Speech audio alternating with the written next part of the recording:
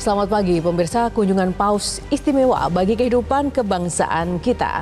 Baik dalam tema kunjungan apolistik ini hingga pidato di Istana Merdeka maupun di Gereja Katedral, Paus selalu merujuk pada persaudaraan, bela rasa, keberagaman, dan secara jelas menyebutkan Bhinneka Tunggal Ika sebagai hal yang membanggakan dari Indonesia. Pengakuan Sri Paus akan karakter bangsa kita semestinya menyentil pula kesadaran kita. Sebab tidak akan berarti gaung Bhinneka Tunggal Ika jika tidak mencerminkan atau tidak tercermin di masyarakat kita sendiri. Hal itu pula yang dinanti selama kunjungan Paus di tanah air. Dan benarkah Bhinneka Tunggal Ika terwujud lebih dari sekedar semboyan? Inilah editorial Media Indonesia edisi Kamis 5 September 2024 dengan tema Momentum Perkuat Toleransi bersama saya Yohana Margareta. Dan Anda juga bisa berpartisipasi dan juga berinteraksi melalui telepon interaktif di nomor 0215839900. Dan pagi ini telah hadir bersama saya anggota Dewan Redaksi Media Group Bung Jaka Budi Santosa. Bung Jaka. Ya, selamat pagi Mbak Yu. Selamat pagi Bung Jaka. Untuk editorial kali ini sangat menyejukkan ya. Momentum membangun toleransi. Apa semangat yang ingin disampaikan melalui editorial kali ini? Ya, Bung ini Jaka? semangat kita kebetulan kan ada momentum yang sangat bagus ya. Ada kunjungan Paus Fransiskus ke Indonesia, pemimpin tertinggi umat Katolik seluruh dunia. Betul. Jadi dalam pidatonya juga Sri Paus mengatakan bahwa dia kagum dengan adanya toleransi di Indonesia. Dia memuji adanya keberagaman di Indonesia, negara yang begitu banyak agama, suku, etnis, tapi sampai sekarang masih bisa menjaga kerukunan. Dan dia meminta kerukunan itu terus dilanjutkan, dilanggengkan. Dan salah satu yang dia ingatkan adalah kerukunan hanya bisa dicapai ketika pemimpin itu berkomitmen pada kepentingan bersama, bukan kepentingan pribadi, atau bukan kepentingan golongan, bukan kepentingan kelompok. Jadi saya pikir ini adalah pesan yang sangat bagus bagi para pemimpin kita, juga bagi para anak bangsa, seluruh anak bangsa kita, agar toleransi terus ditingkatkan, agar kerukunan terus dijaga, sehingga kita betul-betul menjadi negara yang Bhinneka Tunggal Ika dalam arti yang sebenarnya. Nah, selain tadi pesan dari Paus itu juga bisa kita artikan sebagai pujian juga untuk bangsa Indonesia seperti yang tertuang di halaman 2 ya ini Bung ya. Untuk headline lainnya terkait dengan Paus puji kerukunan di Indonesia, di mana kunjungan Paus Fransiskus memiliki pesan yang sangat kuat tentang arti pentingnya merayakan perbedaan. Selain kesederhanaan ketika datang ke Indonesia, tapi ternyata Paus juga benar-benar sangat memiliki kesan yang baik tentang Indonesia sendiri. Kita patut bangga tepatnya ya dengan pujian Paus ini, tapi nggak boleh puas sampai di situ. Betul. Dan ini salah satu yang langsung dikutip Paus dalam pidatonya di istana. Dia sengaja mengutip Bhinneka Tunggal Ika sebagai sebuah realitas yang betul-betul membuat dia kagum. Bagaimana sebuah bangsa sebesar Indonesia, sebuah bangsa dengan begitu banyak keberagaman, tetapi bisa tetap menyatu hingga sampai sekarang. Betul. Jadi ini adalah sebuah pesan sekaligus ujian ya.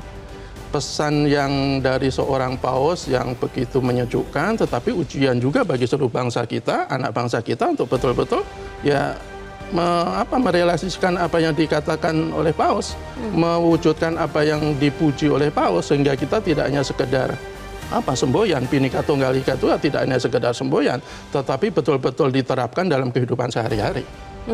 Seperti dapat kita lihat ini adalah ketika Paus menyapa umat ataupun anak-anak yang menantikan Paus di setiap aktivitasnya di Indonesia saat tiba di Indonesia ataupun kemarin saat berkunjung di tempat-tempat tertentu, bahkan ketika kemarin sudah juga bertemu dengan Presiden Joko Widodo ya. Banyak sekali pesan-pesan baik, apalagi ketika Bhinneka Tunggal Ika benar-benar digaungkan. Dan ini adalah situasi kemarin di Gereja Katedral. Banyak sekali jemaat yang memang sudah menantikan ataupun juga para pemuka agama dan seluruh unsur yang terkait di bidang gereja khususnya menyambut kedatangan dari Sri Paus ini. Dan selanjutnya untuk headline kedua, selain suasana hangat tentang Paus yang tiba di Indonesia, juga ada informasi hangat yang diangkat di halaman 3 terkait dengan akomodasi program Prabowo target pendapatan di Katedral. Karena ini juga menyangkut dengan adanya catatan bahwa pemerintahan ke depan Presiden terpilih Prabowo Subianto ini juga tantangannya nggak mudah ya, Bung Jaka ya, selain harus kemudian menghadapi hutang, tapi bagaimana kemudian harus benar-benar bisa menyelesaikan hutang itu dengan strategi apa? Ini tanda tanyanya seperti itu yang bikin penasaran ini. Ya, ini target pendapatan untuk 2025 akan ditingkatkan, itu kan untuk mengakomodasi program-program prioritas yang sudah dicanangkan Prabowo kan. Pajak akan naik lagi nggak, pertanyaan mendasar masyarakat sih itu, Bung Jaka. Kalau dari versinya pemerintah itu salah satunya nanti akan diambil dari belanja kementerian dan lembaga. Tetapi kita tidak tahu nanti pendapatan tambahan itu dapat didapatkan dari mana. Yang dikhawatirkan oleh publik adalah dengan adanya peningkatan pendapatan, dengan adanya rencana untuk mengatur pendapatan, ya jangan-jangan nanti akan meningkatkan pajak. Atau paling tidak yang kita khawatirkan juga mendatangkan lagi utang. Itu yang menjadi pertanyaan publik kan. Jadi ini menjadi tanggung jawab pemerintah untuk betul-betul menyukseskan program-program dia, meskipun konsekuensinya dengan pembengkakan anggaran, harus meningkatkan pendapatan, tetapi sebisa mungkin jangan memberatkan ke publik, ke rakyat. Itu yang sangat diharapkan publik kan. Betul bahwa kita mendukung ada program-program prioritas kan, seperti ada makan bergizi gratis, kemudian di bidang pendidikan, kemudian di bidang kesehatan ada juga untuk betul-betul mewujudkan kedaulatan pangan. Tapi sekali lagi program-program itu harus digenjot tanpa memberatkan rakyat lagi, karena beban rakyat itu sampai sekarang sudah sangat berat. Kasihan kalau tahun depan itu semakin berat dengan beban-beban yang dibebankan oleh pemerintah hanya untuk menyukseskan program-program prioritas. Ya, betul sekali, setuju. Baik, itu tadi headline yang kedua. Masih ada isu hangat lagi, ini masih seputar pilkada ya. Pilkada ulang paling logis di 2025, di mana penyelenggara pemilu harus menyiapkan ketentuan waktu pelaksanaan pilkada ulang untuk mengantisipasi bila paslon tunggal tumbang. Ya, ini kan untuk pilkada serentak 2024 ini kan cukup menarik ya. Data terakhir itu ada sekitar 43 daerah yang calonnya tunggal. Mereka kan melawan kotak kosong, dan ada kemungkinan kotak kosong yang menang. Itu akan jadi persoalan kan. Jadi apakah pilkada akan diulang di tahun berikutnya atau di pilkada berikutnya?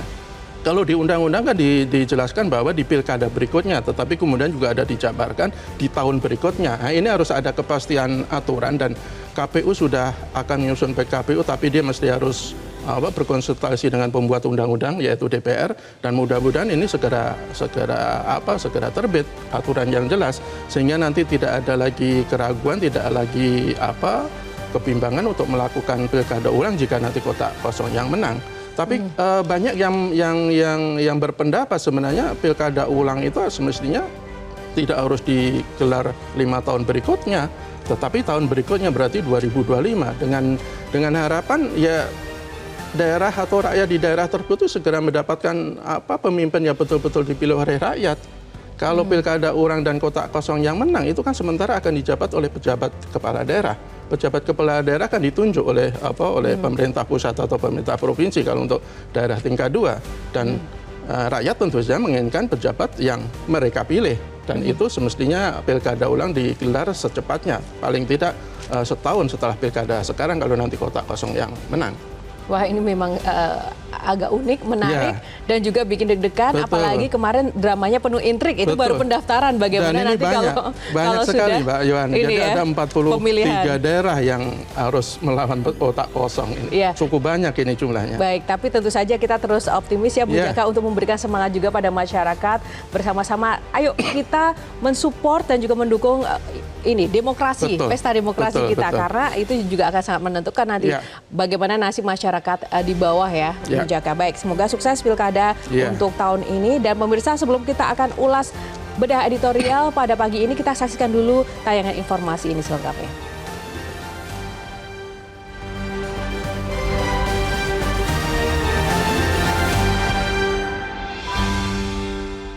Momentum perkuat toleransi.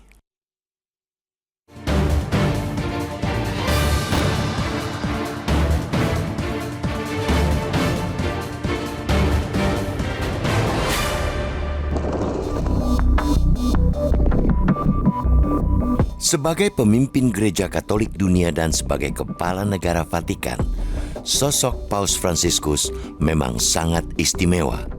Namun, kunjungannya ke Indonesia sesungguhnya bukan hanya istimewa bagi umat Katolik ataupun sebagai tamu negara. Kunjungan Paus ke-266 itu sebenarnya istimewa pula bagi kebangsaan kita.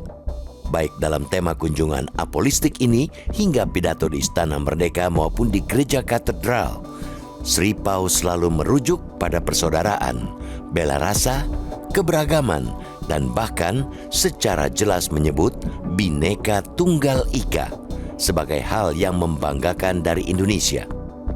Namun lebih dari sekadar bangga, pengakuan Sri Paus akan karakter bangsa kita itu semestinya menyentil pula kesadaran kita.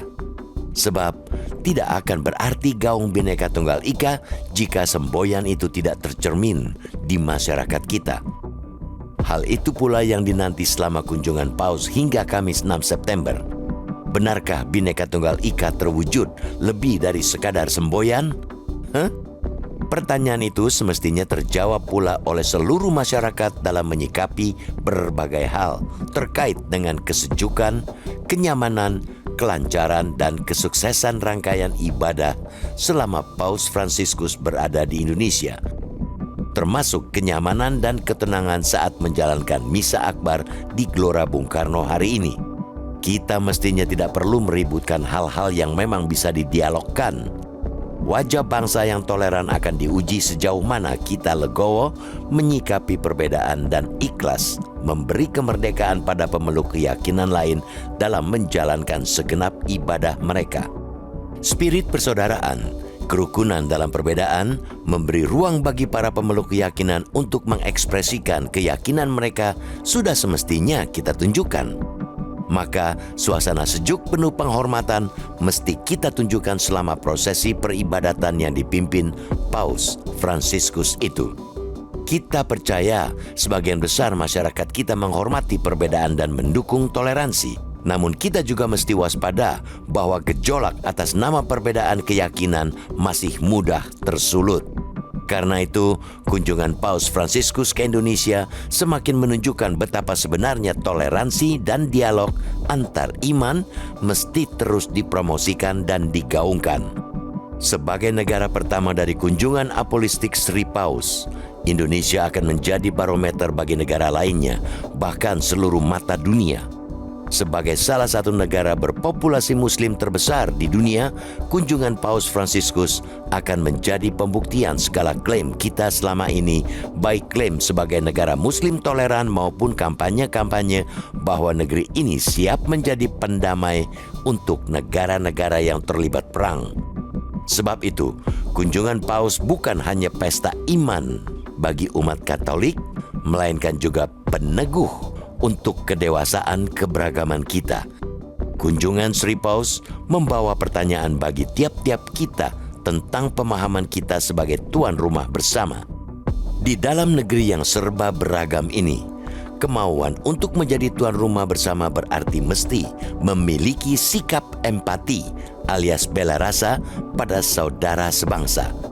Tanpa itu, kita sebenarnya bukan saja gagal membuktikan pujian Paus, melainkan juga gagal membuktikan Bhinneka Tunggal Ika dalam tindakan nyata pada dunia.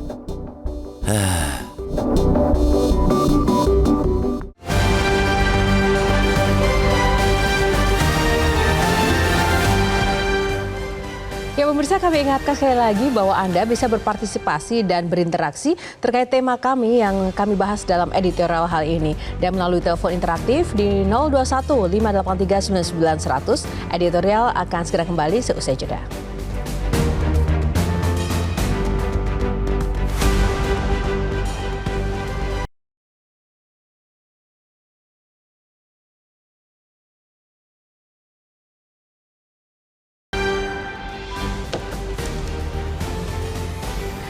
Ya, kembali di Editorial Media Indonesia, kita akan mengulas tentang momentum perkuat toleransi. Bung Jaka, kalau bicara soal toleransi, apakah memang ini masih menjadi PR bagi bangsa kita? Ya, kalau kita lihat data dari Kementerian Agama ya, tahun 2023 itu kan dia sebutkan ada indeks kerukunan beragama dan berkeyakinan itu naik menjadi 76,02% dari tahun sebelumnya 73,09%. Artinya ada 3 dimensi yang dia sorot oleh Kemenak, akan ada toleransi, kemudian juga kerjasama, kemudian juga soal kerukunan. Jadi kalau dari sisi ini sebenarnya sudah mulai ada peningkatan. Tetapi harus kita katakan masih banyak sekali, masih cukup banyak lah kita katakan adanya praktek-praktek intoleran. Kalau kita lihat data dari Setara Institut misalnya, justru ada peningkatan kasus-kasus tindakan dalam kebebasan beragama itu ada 2023 itu ada 217 kasus. Sementara 2022 itu hanya ada 175. Artinya di satu sisi indeksnya membaik, tetapi di praktek di lapangan itu justru ada praktek-praktek intoleransi yang jumlahnya meningkat. Jadi ini adalah sebuah fakta yang harus kita akui ya masih cukup menunjukkan bahwa negara kita itu masih ada masalah intoleransi. Dan ini tentu saja tugas kita semua, tugas pemerintah, tugas para tokoh-tokoh agama, tugas juga umat beragama. Kalau kita lihat pesannya Paus misalnya, untuk menjaga kerukunan, menciptakan kerukunan, itu kan harusnya dengan membangun jembatan. Ini saya sangat tertarik dengan pernyataan Paus ini. Bahkan ini kan sebenarnya pernyataan yang diulang ketika 2004 ketika ada peringatan runtuhnya tembok Berlin. Waktu itu dia bilang begini, di mana ada tembok, disitulah ada ketutupan hati. Jadi kita perlu jembatan, bukan tembok. Jadi untuk menjaga toleransi, untuk menciptakan kerukunan, kita butuh jembatan. Jembatan itu kan membuka jalan, menghubungkan, menyatukan ujung-ujungnya. Tapi kalau tembok, itu kan pasti akan membuat sekat-sekat, memisahkan, membuat perbedaan yang akan semakin renggang. Jadi tugas pemerintah untuk betul-betul semakin banyak membangun jembatan, bagi terciptanya kerukunan, bagi terwujudnya kesepahaman antar umat beragama, antar anak bangsa yang berbeda keyakinan. Dan ini tugas yang tidak mudah dan kita apresiasi indeks kita sudah mulai naik, tetapi ya harus kita katakan juga praktek-praktek intoleran itu masih ada. Kadang terjadi, bahkan cukup sering juga terjadi di kalangan masyarakat. Nah, Bung Jaka, tanpa mengecilkan jumlah angka 200 kasus yang masih didapati ya soal ketidakkerukunan dan intoleransi yang terjadi di 2023 dari sekian banyak jutaan penduduk di Indonesia yang juga tolerannya juga lebih banyak. Tolerannya lebih banyak. Betul. Artinya sebenarnya kalau dilihat dari angka itu kan jumlahnya kecil yang harusnya itu bisa diatasi tanpa harus kemudian itu menjadi sebuah data begitu ya kan. Dibandingkan aspek tolerannya itu kan juga jauh lebih besar. Nah, ini bagaimana? Siapa yang harus mengevaluasi? Karena kan Indonesia sudah membuktikan dengan beragam suku dan juga pulau-pulau yang terpisah-pisah, bahkan kita sudah bersatu dari lahirnya Indonesia sampai sekarang. Itu membuktikan kekuatan pusat untuk kemudian menjaga marwah kesatuan itu besar. Nah, kalau masih ada terjadi kan harusnya itu mudah saja untuk diatasi gitu. Ya, sebenarnya kan ya tentu saja ini tanggung jawab utama ada di pemerintah ya. Pemerintah kan diberi mandat untuk betul-betul menyatukan seluruh rakyat, menyatukan semua perbedaan. Jadi kalau kita lihat data lagi sebenarnya bahkan aparat aktor negara itu juga cukup banyak terlibat dalam praktek-praktek intoleran. Itu data dari Setara meskipun jauh lebih banyak aktor non negara ya. Tetapi ini membuktikan bahwa belum semua unsur pemerintah itu satu pemahaman bagaimana kita membangun intoleransi. Bahkan ada juga unsur-unsur negara yang mengganggu toleransi. Salah satunya lah kita ambil contoh yang terakhir menurut saya ya. Ketika ada pelarangan jilbab dalam Paskibraka kemarin, itu kan menurut saya sebuah bentuk menunjukkan bahwa keberagaman itu hanya sekedar dipandang secara kontekstual aja, tapi tidak ada substansialnya. Betul. Ketika kita tentu saja tidak setuju ya. Kita kan sudah jelas-jelas ada keberagaman. Kenapa harus diseragamkan? Melarang jilbab dalam sebuah acara negara, institusi pemerintah, ya menurut saya itu jauh dari yang kita harapkan. Sama halnya kita juga juga menentang keras ketika ada institusi-institusi negeri mewajibkan orang non-Muslim memakai jilbab. Itu juga patut kita kritik keras. Tetapi kita sangat menyayangkan jika justru ada unsur-unsur negara yang justru membuka keran-keran intoleransi. Mereka harusnya justru menentang keras atau mencegah adanya praktek-praktek seperti itu, bukan malah menunjukkan contoh-contoh yang tidak baik. Betul sekali. Nah, itulah kemudian yang menjadi semangat dari Bhinneka Tunggal Ika yang juga sempat diucapkan dan dibanggakan oleh Paus Fransiskus ketika tiba di Indonesia dan dalam pidatonya ya. Tapi apakah ketika melihat situasi sekarang, anak-anak zaman sekarang itu sebenarnya paham nggak sih tentang Bhinneka Tunggal Ika? Bung Jaka, menurut Bung Jaka? Semestinya paham lah ya. Kalau kita lihat fakta di lapangan di sekitar kita saja lah. Itu kan perbedaan itu sudah ada dari kecil, sudah mereka rasakan kan. Ada yang berbeda agama, satu permainan beda suku, beda agama, beda etnis, dan mereka sebenarnya kalau kita lihat juga menyadari itu kok.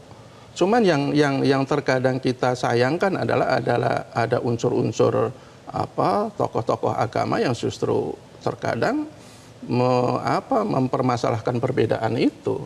Kalau kita lihat kan ada beberapa kasus di daerah itu kan karena ada pelarangan tempat ibadah misalnya, atau ada larangan umat lain untuk beribadah, biasanya kan dipelopori oleh aparat-aparat paling kecil lah setidaknya kan. Ada yang justru dari ketua RT, ada dari tokoh-tokoh agama setempat. Itu yang sebenarnya kita sayangkan. Dan kalau untuk anak-anak sebenarnya menurut saya sih dari kecil sudah mulai menyadari dan sudah memahami kok bahwa mereka itu berbeda-beda. Berbeda-beda tetapi tetap satu juga.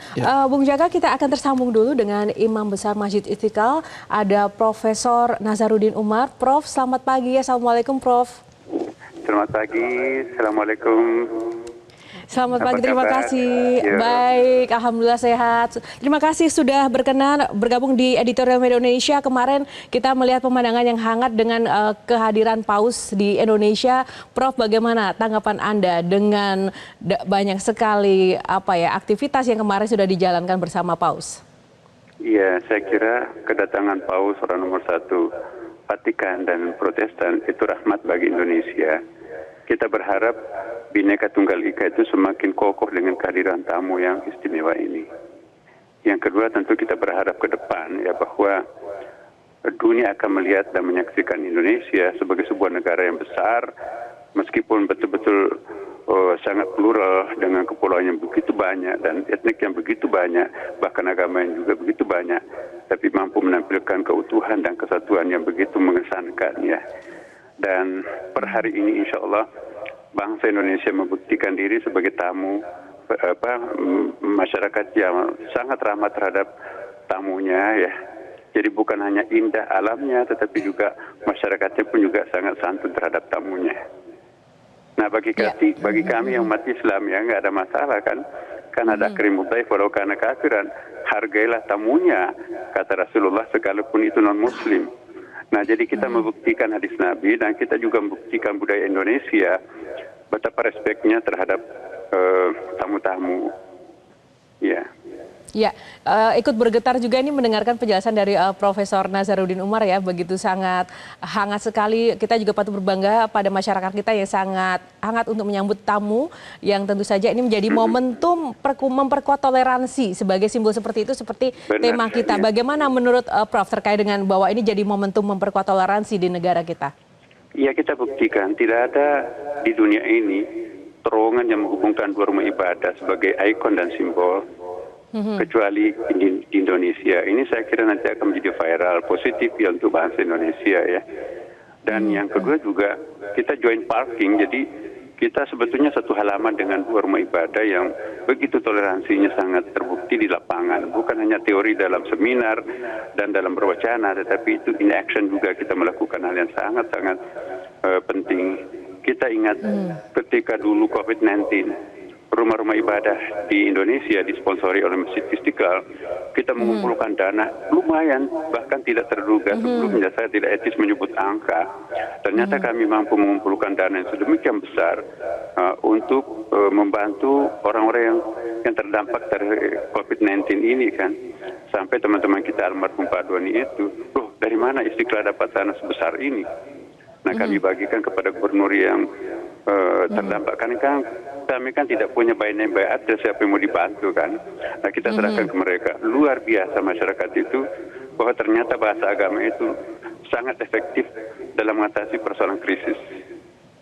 Iya, dan kalau kita melihat ya Masjid Istiqlal itu kan depannya gereja katedral itu langka sekali dan itu bisa menjadi sebuah monumen toleransi ya, Prof ya. Iya, betul. Makanya itu kami tidak pernah menggunakan istilah kami berhadapan dengan Istiqlal, itu kan konotasinya negatif. Kami juga tidak pernah menggunakan istilah kami berseberangan dengan katedral, tapi kami bertetanggaan. Jadi kata-kata itu kan bisa menentukan psikologis ya kan. Sejak awal kami menggunakan terus, kita jangan pakai berhadapan dengan katedral atau kita berseberangan dengan katedral di antara jalan. No, itu konotasi berseberangan dan berhadapan itu menyisahkan satu persoalan. Tapi kalau kita katakan bertetanggaan, ya bukan main itu sangat religius. Agama apapun menghargai betapa solidnya kita bertetangga satu sama lain. Betul. Prof, bagaimana caranya ya agar momentum kedatangan Paus untuk juga menjadi amunisi semangat memperkuat toleransi ini langgeng? Kan ini memang hanya beberapa hari Paus ada di sini, tapi ketika nanti beliau sudah bertolak kembali ke negaranya begitu, bagaimana agar kehangatan dan semangat untuk saling bertoleransi ini tetap terjaga ya, Prof? Kan yang paling penting juga itu what is the next ya kan. Pasca kunjungan ini, kita juga harus menindaklanjuti apa yang terbaik ya. Seperti juga Grand Sheikh Al-Azhar datang ke Indonesia kemarin di Istiqlal belum lama ini ya, kita tindaklanjuti juga. Jadi bayangkan kalau kita menggerakkan masyarakat dengan menggunakan bahasa agama, bangsa ini akan besar.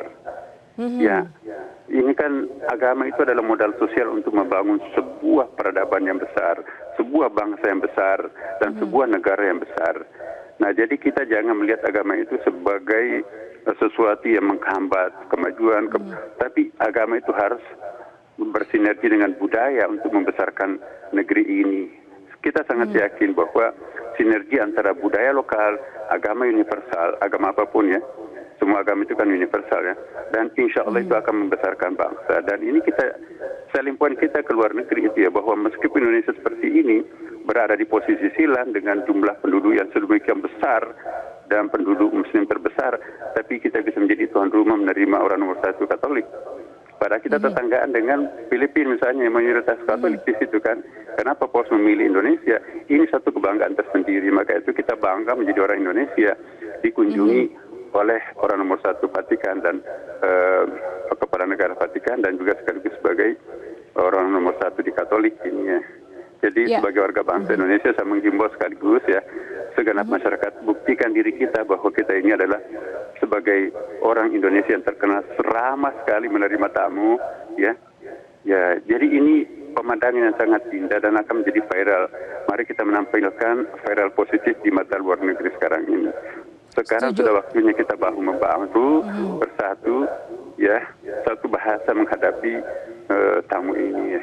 Jadi kalau ada perbedaan disimpan dalam hati, tapi mayoritas insya Allah ini sangat penting buat depan bangsa kita. Terima kasih.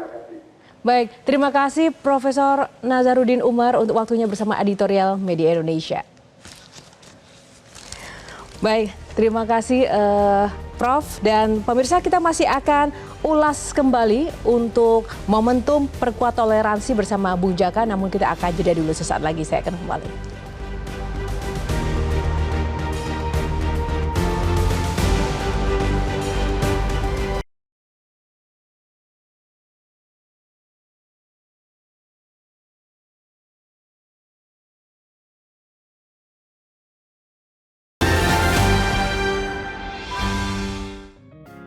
Media Indonesia mengajak Anda untuk mengakses fitur premium e-paper.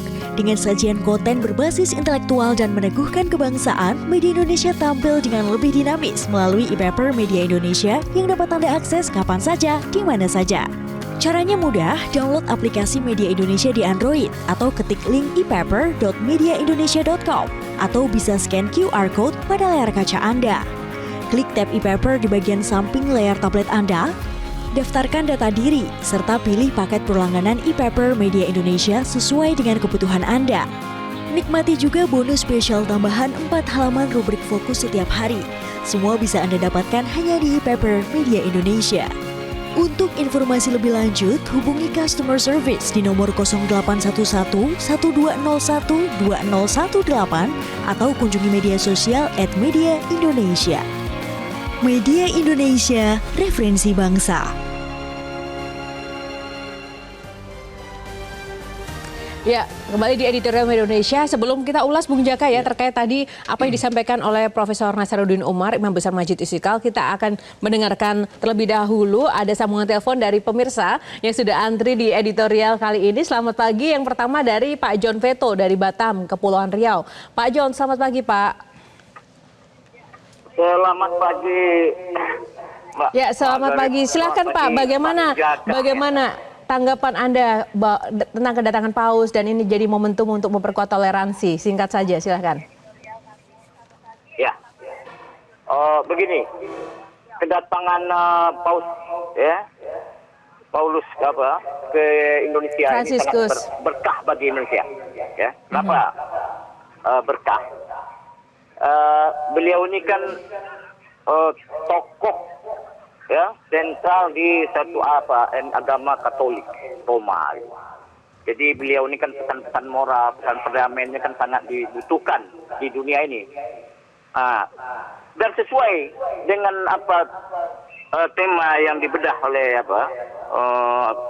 oleh media Indonesia editorial, momentum perkuat kebinekaan. Jadi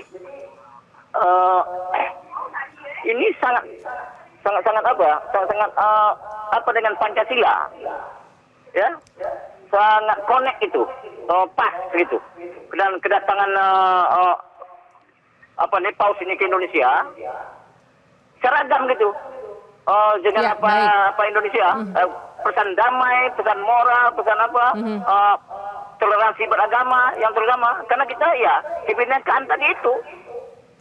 Ya, baik Pak John. Kedatangan beliau ini kita apakan? Memang harus tak usah lagi diperdebatkan. Inilah wujud nyatanya bahwa kita itu negara besar. Ya, dihormati baik, oleh Pak John. Terima kasih Pak John. Kami sudah menangkap Pak. Maksudnya Bapak artinya bahwa kedatangan Paus dengan semangat momentum memperkuat toleransi ini benar-benar sejalan dengan Pancasila ya. Tadi yang seperti disampaikan oleh Profesor Nasaruddin Umar ya, kita sebagai tamu, kita juga menyambut dengan hangat dan juga banyak pesan-pesan positif yang disampaikan Paus tentang Indonesia, salah satunya Bhinneka Tunggal Ika yang beliau puji sebagai kebanggaan kita. Dan kita ke penelpon kedua, ada Ibu Upik Muara dari Jakarta. Selamat pagi Ibu Upik. Pagi Mbak Yohana dan Pak Jaka.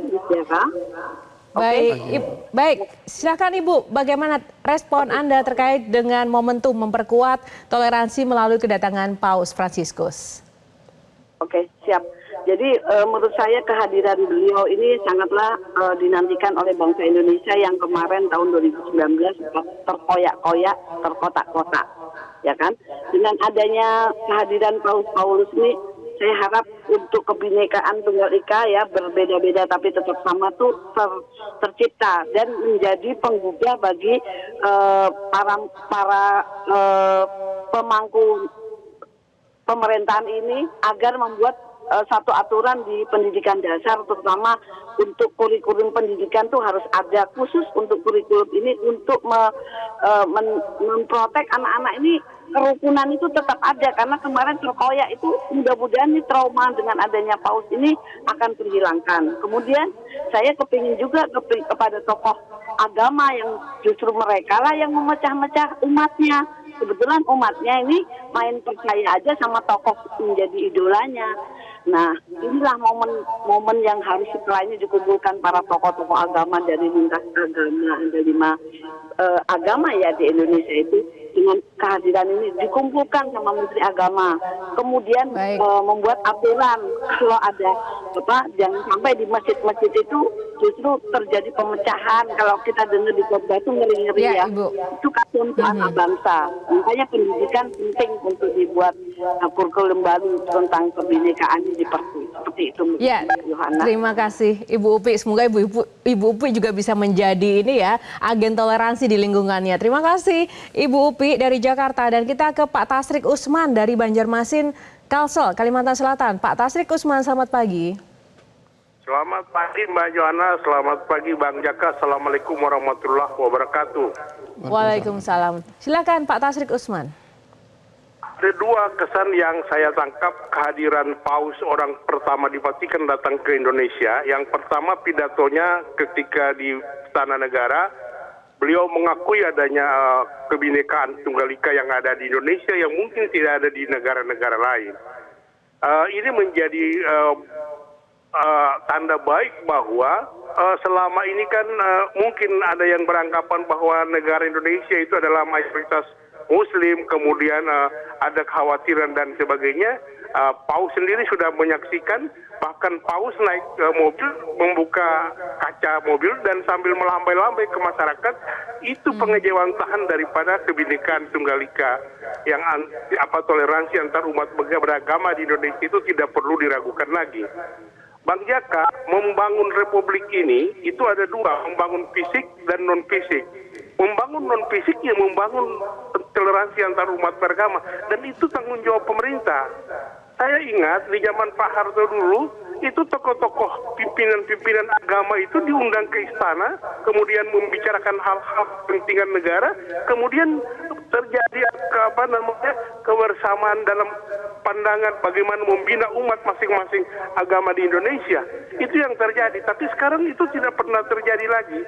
Sehingga ada di antara masyarakat kita yang saling katakan berbeda pandangan dan itu juga harus diperhatikan regulasi dari Kemenak. Kemenak ini kadang-kadang mengeluarkan regulasi yang tiba-tiba saja, dan itu tidak pernah melibatkan pimpinan-pimpinan tokoh-tokoh agama. Jadi itu saja masukan saya. Terima kasih. Assalamualaikum warahmatullahi wabarakatuh. Waalaikumsalam. Terima kasih Pak Tasrik Usman dan juga Ibu Upik, ada juga Pak John Veto.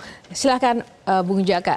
Ya, dari Pak Tasrik tadi menarik ya, artinya bahwa pemerintah harus betul-betul melibatkan tokoh-tokoh agama. Jadi saya kembali lagi ke pernyataan Paus yang berulang kali juga dinyatakan bahwa kita semestinya memperbanyak membangun jembatan. Artinya bahwa ya kita harus menghubungkan antar tokoh-tokoh agama itu sesering mungkin. Kalau dulu ada dialog antar iman misalnya, ya akan lebih bagus kalau itu digalakkan lagi. Sehingga masing-masing tokoh agama itu bisa memahami masing-masing kepercayaan dan keyakinan bahwa mereka itu meskipun berbeda agama tetapi sama-sama anak bangsa. Dan kalau kita bilang tadi Bu Upi kan dibilang sebenarnya kan umat kita itu kan sebagian kan betul-betul patuh dengan tokoh-tokoh agama. Ketika tokoh-tokoh agama itu mengajarkan hal-hal yang toleran, ya umatnya akan toleran. Yeah. Tetapi ketika ada tokoh-tokoh agama yang justru mendoktrin intoleransi, ya kita khawatir umat-umat yang begitu patuh itu akan bertindak intoleran. Jadi ini adalah tugas pemerintah untuk betul-betul menghubungkan mereka lebih dekat lagi, membangun jembatan lebih banyak lagi, meruntuhkan tembok-tembok yang memisahkan mereka, sehingga akan semakin ada kesepahaman bahwa mereka itu sama-sama anak bangsa, sama-sama rakyat yang hidup dalam keberagaman, tetapi mereka adalah satu orang Indonesia. Lalu bagaimana kemudian juga melihat tadi semangat yang disampaikan oleh Profesor Nasaruddin Umar ya beliau menyatakan ini momentum bagus bahwa Indonesia pun menjadi tuan rumah yang bagus dan nanti akan ada follow up juga, jangan selesai sampai di sini ketika Paus sudah bertolak kembali langsung tidak ada follow up apapun. Ya ini kesempatan, saya setuju dengan Pak Prof Nasaruddin. Ini kesempatan kita menunjukkan kepada dunia bahwa kita adalah tuan rumah yang ramah. Salah satunya apa? Kalau kita lihat belakangan ada semacam polemik ya ketika ada imbauan dari Kemenak untuk kepada stasiun televisi untuk sekedar menayangkan running tag ketika azan karena itu berbarengan dengan liputan langsung Misa Akbar nanti. Ya saya pikir itu imbauan yang menurut saya patut kita apresiasi dan stasiun televisi saya pikir tidak terlalu sulit untuk menerapkan itu. Itu menunjukkan bahwa itu bangsa yang toleran. Ketika saudara-saudara kita umat Katolik mendapatkan kesempatan yang sangat langka, mendapatkan peluang untuk mengikuti Misa Akbar dipimpin oleh Paus, dan itu belum tentu 25 tahun sekali kan, ya apa salahnya kita memberikan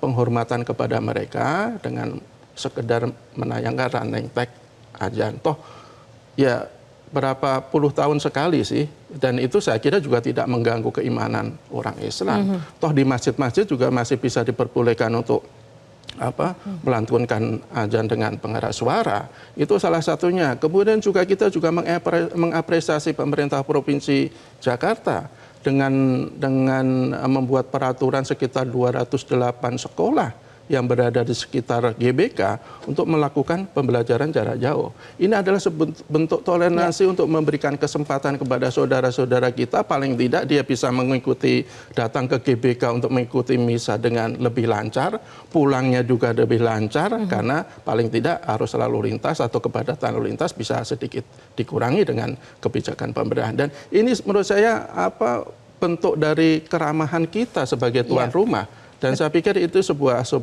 hal yang patut kita dukung dan kita tunjukkanlah kepada dunia bahwa kita itu bangsa yang ramah, bangsa yang toleran, bangsa yang betul-betul menghargai tamu, apalagi tamunya seorang paus. Betul, dan sebuah pemandangan yang indah juga yang harus dilanggengkan begitu ya pemirsa. Baik, kita akan jeda dulu Bung Jaka, seusai jeda kami akan kembali, tetaplah di Editorial Media Indonesia.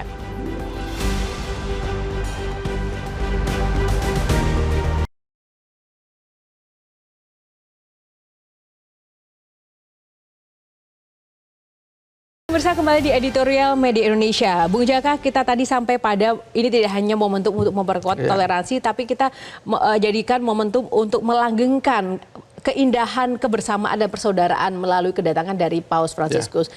Mampukah kita untuk bisa mewujudkan itu di tengah banyaknya mungkin tantangan-tantangan digitalisasi dan juga informasi yang kadang itu bisa menjadi potensi memecah belah Indonesia dari Sabang sampai Merauke? Bagaimana ini mitigasinya? Ya, kalau kita lihat perbincangan di media sosial ya Mbak Yo ya, itu ada status yang menurut saya juga menarik. Dia bilang begini, banyak dari kita yang mengagumi Paus, tapi hanya sekedar kagum.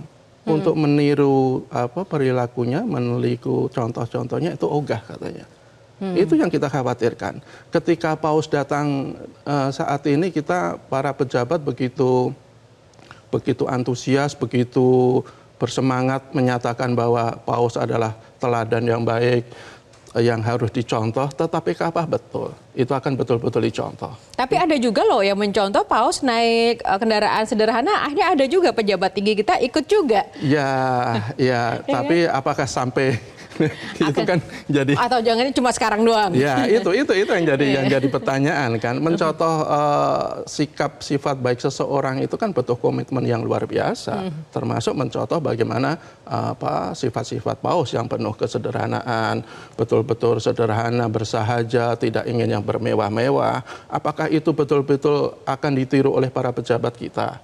Tentu saja kita berharap iya, tetapi kita juga agak menyaksikan bahwa sifat-sifat itu betul-betul akan ditiru dalam jangka waktu yang lama. Kita kemudian bisa lihat nanti setelah ini, Bung Jaka, kita harus pantau media sosial ya kan.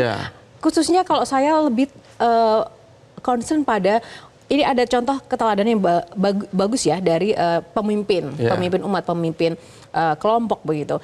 Di satu sisi ini pemimpin rakyat, misalnya wakil rakyat gitu. Itu kalau bermewah-mewahan memang agak mengganggu nurani begitu ya. Dan ketika masih banyak rakyatnya yang susah, Pak, kelaparan dan menderita malah bermewah-mewahan. Dan begitu. Itu sebenarnya kalau kita lihat dari teladan itu sebenarnya tidak hanya sekedar Paus, para pemimpin kita zaman banyak dulu juga. Itu udah sangat banyak yang mencontohkan bagaimana seorang pemimpin semestinya berlaku dan bersikap harus sederhana, tidak bermewah-mewah, kemudian juga menjaga toleransi, tidak mementingkan kelompok. Itu kan sebenarnya sudah dicontohkan oleh para pendahulu kita, tapi faktanya sampai sekarang kita lihat kan justru sebaliknya. Tapi apapun kedatangan Paus itu tidak boleh kita sia-siakan hanya sekedar kedatangan biasa. Inilah kedatangan yang sangat luar biasa bagi umat Katolik khususnya dan bangsa kita pada umumnya. Bahwa kita bisa melihat sebenarnya pemimpin yang baik itu seperti apa sih, dan tentu saja sudah dicontohkan oleh Paus, dan semestinya para pemimpin kita juga mencontoh Paus, tidak hanya sekedar mengagumi. Baik, terima kasih Bu Jaka untuk ulasannya yang menarik. Kita jaga sama-sama toleransi dan momentum baik ini tentu saja menuju Indonesia yang lebih kuat dengan persatuan dan kesatuan. Dan pemirsa, kunjungan Paus memang bukan hanya pesta iman bagi umat Katolik, melainkan juga peneguh untuk kedewasaan keberagaman kita. Kunjungan Sri Paus membawa pemahaman kita sebagai tuan rumah bersama yang berarti memiliki sikap empati atau bela rasa terhadap saudara sebangsa. Dengan demikian, kita bisa membuktikan pujian Paus kepada dunia, Bhinneka Tunggal Ika itu ada dalam tindakan nyata.